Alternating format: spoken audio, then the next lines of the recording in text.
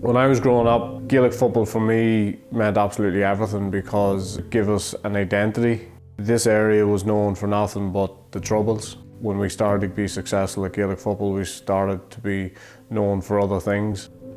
Situated in Northern Ireland, Crossmaglen lies 1 mile from the border with the Irish Republic. Gaelic football has been played here since 1887, and in the club's 132-year history, no player has achieved more success than Oisin McConville.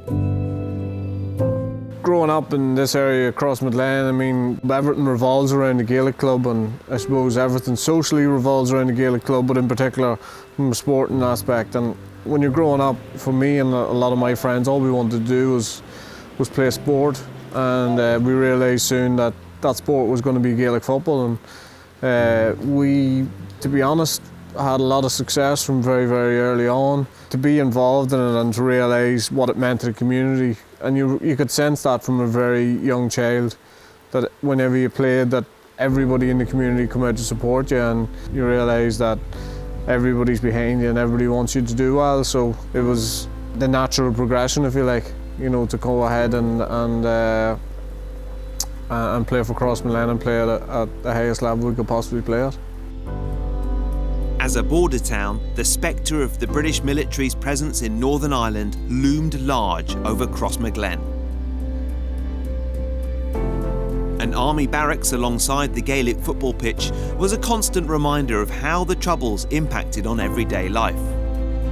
So this is the army barracks, which just backs right up onto the pitch here in Crossmaglen, and I suppose what went on the pitch was a welcome distraction to what was going on in the background, because, you know, growing up in the midst of the Troubles, bombings and shootings were commonplace, and anything just to get away from that. The helicopters used to come in that direction to land in the barracks, and when they come in that direction, a lot of the opposition we'd be playing would be looking up in the air wondering, is this normal, what's going to happen? And it was just a norm to us. We just played on and we just got on with it because it was something we seen every single day of the week, and it was something which for us seems weird, but it was commonplace for us to be looking at things like that. Despite the backdrop of the Troubles, Crossmaglen went on to become one of the most successful club sides in Gaelic football. Oisin led them to 6 All-Ireland titles in 16 years. The thing about winning an All-Ireland Club Championship is it's very, very difficult to win, because, you know, you've got over 2,000 clubs in Ireland and you're trying to be number one of all of those clubs, and it's a difficult proposition.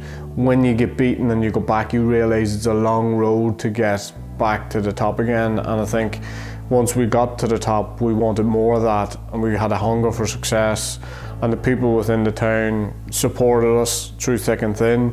And I think the young people who were growing up, seeing us winning All-Ireland medals and then wanted to win some of the results. So success really bred success when it comes to winning All-Ireland. Gaelic football is still an amateur sport, with the best club players selected to represent their counties.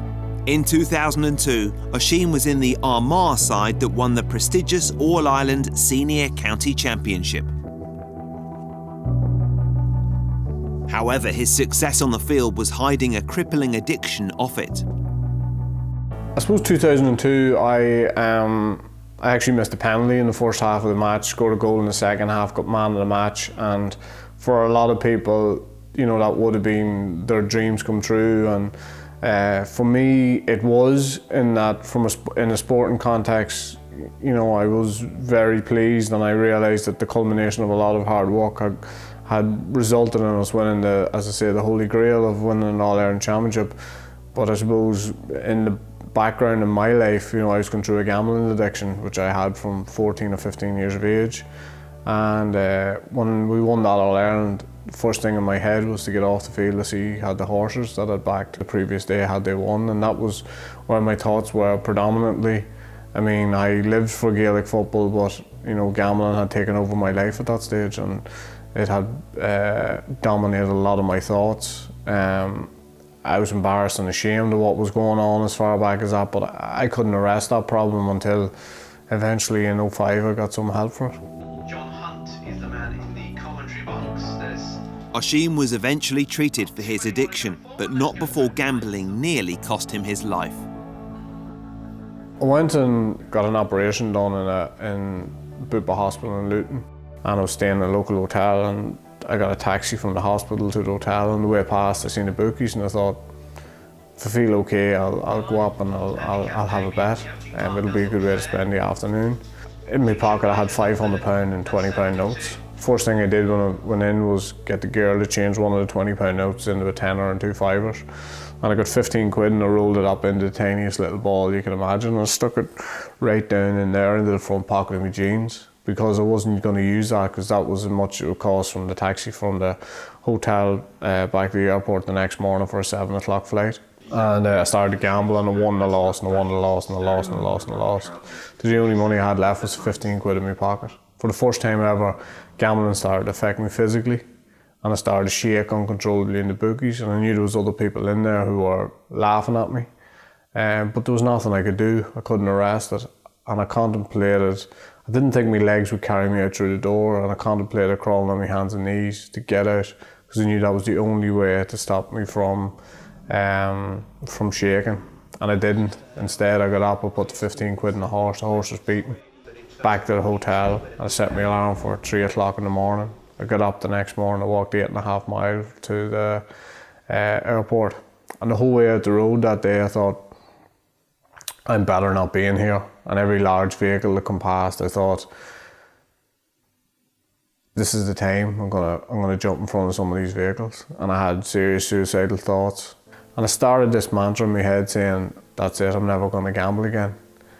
And I'm gonna actually go home and ask for help. And kept saying this the whole way home. I got home and my mum had a dinner ready. One of the mommy dinners was falling off the side of the plate. And I started to eat because I hadn't eaten in 48 hours. And I kept saying to myself, please tell her, say something to her. And I didn't have the courage to do that. But I promised myself I'd never gamble again. And in the meantime, my mother walked out of the room, and when she was out of the room, out of the kitchen, I took every penny she had in her bag. And 20 minutes later, I was in the bookies and the dog having a bet. And I suppose for me, that was part of the addiction for me coming to the end. I was shattered, I was beaten by it. It had beaten me up, and it had left me without anything, as I felt at that time. And soon after that, I broke down and eventually got the help that I needed in order to try and get into recovery. How many people in here have bet before?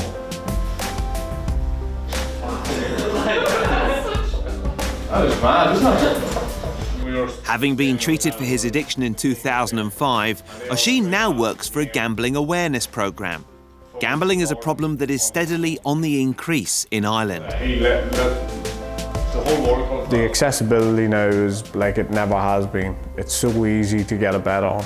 I mean, one of the questions I used to ask, or I still ask, is, you know, when I go into a room of young people, is how many people in here have been in the bookies before? And you might have 100 people and maybe 10 might put up their hands as far as they've been in the bookies before. But what has changed is, if I ask how many people in here have had a bet before, you might get 80 or 90 people.